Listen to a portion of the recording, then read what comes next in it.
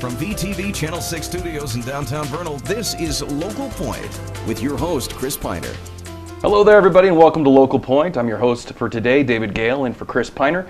On today's show, we'll be discussing the new Terra Academy that just opened up this fall. And with us, we have Student Body President Nicole Woodruff and Bobby Galloway, who is a teacher there at Terra Academy, social studies, yes. Right? Thank you for joining us, ladies. I'm really excited about this school. I've been watching it go up over time, and I got to be honest, I was a little nervous that it wasn't going to be open in time when they started constructing, but they've done a very good job. Tell us a little bit about what is the Terra Academy, where is it located, all that stuff. Okay, the Terre Academy is just a charter school located down on Aggie Boulevard, just up the road from the UBATC. Mm-hmm. We are a brand new charter school, really excited. We opened our doors this fall, 2015. I always think it's 2016. What makes us a little bit different than a public school is that we have the ability to alter and specialize our education. Okay. So that kind of sets us a little bit apart from the local high school here. And you are not only just high school kids, though, right? Yes, we have K through 12 that attend our school. So that's a wide gambit of students, Yes. meaning you don't have just high school kids you're dealing with, but you have, and how many students are enrolled? We have roughly 50 per grade. Okay. I say roughly because in the upper grades especially, we have the turnover right now trying to fill a few extra spots, but roughly 50 per grade. And what does that do when it comes to education, meaning having the smaller numbers? It does wonders. We have smaller class sizes, which offers more specialized education, more one-to-one time with a teacher. It also makes it so that we can specialize our instruction and offer a blended learning style. Okay. How long has this been in the works now? Maybe that's the wrong question to ask, but obviously maybe some people saw the construction going up. It's the first time they'd heard about it, but there's been some planning in the background of Yes, this has been going on for a very long time. Cassie Hayes, our school director, she's been working on this, I would say, for a lot of years. Okay. To compile it. And this 50 students per grade level, is this a cap that we anticipate the charter school staying at for a little while? Meaning, do you want to keep there, or is there this plan to maybe expand? As of right now, it's 50 per grade, just because that's what is in our charter. As far as growth potential, I think that's something that they would reconsider in the future. Okay. Now, I need to jump over to Nicole. So you are the student body president. I am. The very first year that the school is in operation. How does that work? Well, was there an election? Well, I was the only one who ran for student body president. There was 4 Okay. class officers, and so each one of us decided, we were like, okay, this way we don't have to compete against each other. All right. Let's all just pick one thing. And I was like, well, can I be president? College application looks good. But no, it's super fun. I love all the kids there. Still have to learn everyone's name. There's a lot of freshmen in student council. There's a lot. So you started just a week and a half, 2 weeks ago. Yeah. Correct? Mm-hmm. And what have you seen as the major differences between coming from the high school and what you're experiencing now? Definitely the environment there. The high school was chaotic. I mean, a lot of bullying problems. And here at the Terre Academy, they've cracked down on that. There's no bullying. They don't tolerate any disruptive class or anything, Sure. Kids in the school. So I really like that. And the education system is a lot better. I mean, we have the opportunity to do online classes directly in the school on our Chromebooks, and Okay. that's really convenient. I mean, you gotta put in the effort and do work because you don't have an instructor with you. You have to take notes and everything, but it helps you. And that's within class, or is that outside when you're at home? This is in class. You can also work on it at home if you fall behind. Okay. And you find that you're able to participate in the class, and that are you educating yourself? I mean, is there a teacher that's involved in it? It's all online, so you listen to the instructor through videos, and you jot down notes through that. I don't take any online classes, but I watch kids do them. Okay. And it seems to work. I mean, it's a lot better than, the grade average. I expected the charter school is probably going to be a lot better than the high school because there's so many kids in each class. Right. And the instructor can't get to every single one of them. But I think if the kids work on their own, they're like, oh, I got this. I can do this by myself. Oh, the self-empowering. Mm-hmm. Okay. How about the social aspect? Having only 50 kids per grade, do you miss the number of kids? I do not, actually. I came from a school where my graduating class was about 50. My graduating okay. class now is 20. There's 20 seniors. Yes. You all know each other very well then? I don't really know who Well, are all it's seniors, early. but yeah, I know most of them. I'm trying to learn everyone's names since it's such a small school. Sure. Like I'll see someone at lunch and I'll be like, "Hey, what's your name?" Now, I know that you're a very athletic person as well. Yeah. What do you do for athletic, an outlet now? Meaning, do you still get to play games? And Sit-ups. meaning, is there any do you work with the high school at all when it comes to sports and Yes, intramural stuff? we do sports at the high school. Okay.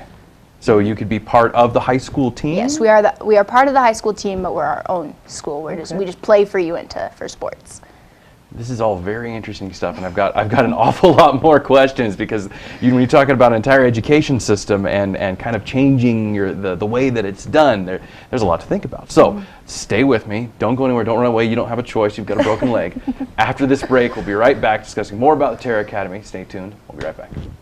With advanced all-digital cable television from Strata Networks, you can enjoy jaw-dropping digital picture on hundreds of channels, exclusive local programming with VTV6, and follow your favorite college teams in incredible HD on the Pac-12 network, all with no contracts, no costly equipment, and no dishes mounted to your home. For details, visit your Strata store in Roosevelt or Vernal or call 622-5007. Strata Networks. We connect lives.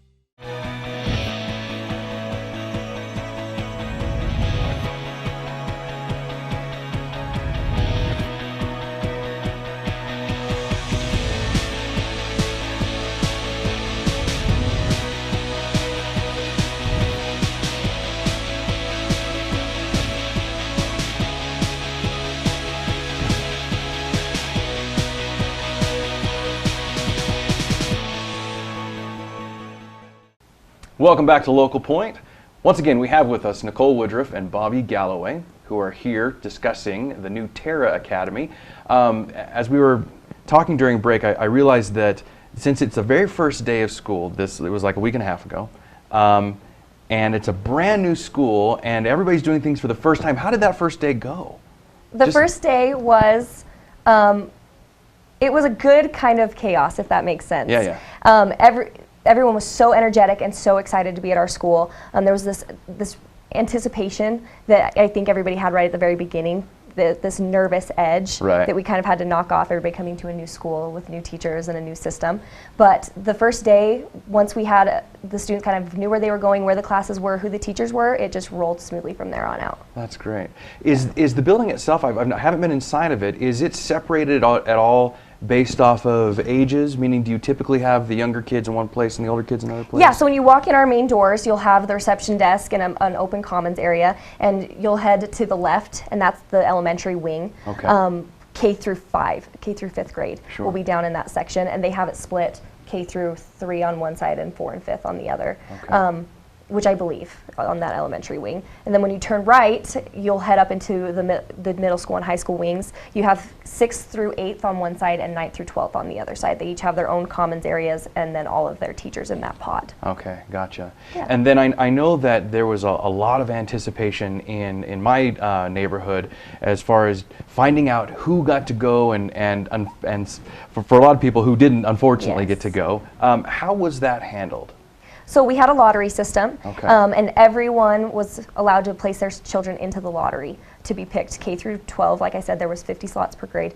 And it was just a basic lottery system, that way that there was no discrimination factor and that every student had an equal opportunity to be able to be picked for one of those spots. What happened if maybe a child got picked and their sibling didn't? Was there any consideration?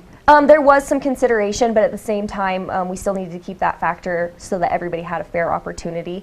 But there was that consideration, especially if you lived in a surrounding areas. We don't have buses, and so if you had to be driving that student to the school, there was that option for you. And so next year, when new kindergartners come in, you've got a whole new class, a whole new lottery for them. Yes. Is there ever openings that you anticipate will occur during the course of the year so that the next year you'll just fill those spots? Is that how that works? Yeah, so we actually fill them as we go. I mentioned earlier that we had some openings in 9th through 12th. You have students move for this reason or that reason. As positions open up throughout the school year, they do fill those spots. We have a waiting list of all the students who were not unfortunately picked to come into the school this year. They are ranked in a waiting list, and as soon as a spot opens, they have that option Person at available. the top is the one who Yes. gets to go in next. Yes. Okay, so you want to put your name on as soon as possible if you haven't already. Yes, it's an ongoing process. Okay. How is a charter school funded in comparison to a public school? So the funding is somewhat the same, but they can come from different pots. One example is we don't receive funding for busing systems, so parents do have to bring their children to the school and pick them up afterwards. And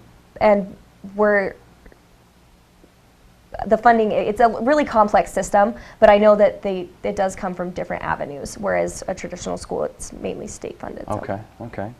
Now, Nicole so eloquently touched on the blended learning system, educational system. We're talking about online classes versus traditional classes. Maybe you could tell me a little bit more about how exactly that works. Okay, so in our school, students can choose whether they want to take a direct instruction or an online class. The online classes will have a teacher that's supervising them that's at our school. So for example, I teach social studies. Okay. Students can choose to take an online U.S. history class. I will still be listed as their instructor. That way if they have any problems or any questions or they're struggling with a certain aspect of the content, they can come to me for that further instruction. They will be allotted as one of their class hours. So, for example, I teach U.S. History 3rd hour. If one of the students wants to take a course from USU or UBATC, it's a big acronym, isn't Yes. it? So, if they want to take one of those classes, or if they're taking another class at the high school, they have that option. If they have a class at USU, for example, during 3rd hour and they need to take an online class, my U.S. History online, it would be scheduled in 2nd or 1st. They'd sit out in the commons area with we call them mentors if they're an instructor, and they help them with any computer difficulties or questions or anything of that nature to help them be able to kind of cater their learning to their own style. Okay. And do they have to, meaning because it's they're self-motivated for this, can they, if they're getting the information and teaching themselves, can they get through the course quicker? Or is it required that they spend the same amount of hours doing the online work as if they had been in a traditional class? If a student accelerates in the subject that they're taking the online course and they go through it quite faster, they do have that ability, but it is required that every student who's taking an online course complete a certain percentage every day. That way you don't have students falling behind in these online courses because they are a little bit more challenging. Right, because that's the other end of it, is that they go to work on it and maybe they're on day 3 and they should be on day 7. Yes. And that's what the mentor is for. Yes, to make sure that they stay up to date on what the percentage allotment they're supposed to have done. Okay. Oh my goodness, we're almost out of time. What age group gets to do this? Right now we have it set up so that it's 4th through 12th. I think 4th or 5th through 12th grade. But we're hoping to extend it out through all the grades, K through 12. Well, I'd love to hear how it's going, and maybe you guys can come back again sometime when Nicole decides that she's going to take some of these online classes, and you can tell us your success rate. But that's all the time we have for. Thank you so very much for coming, and of course, thank you for joining us. Be sure to like VTV6 on Facebook for updates on your favorite local programming, and we'll see you here next time.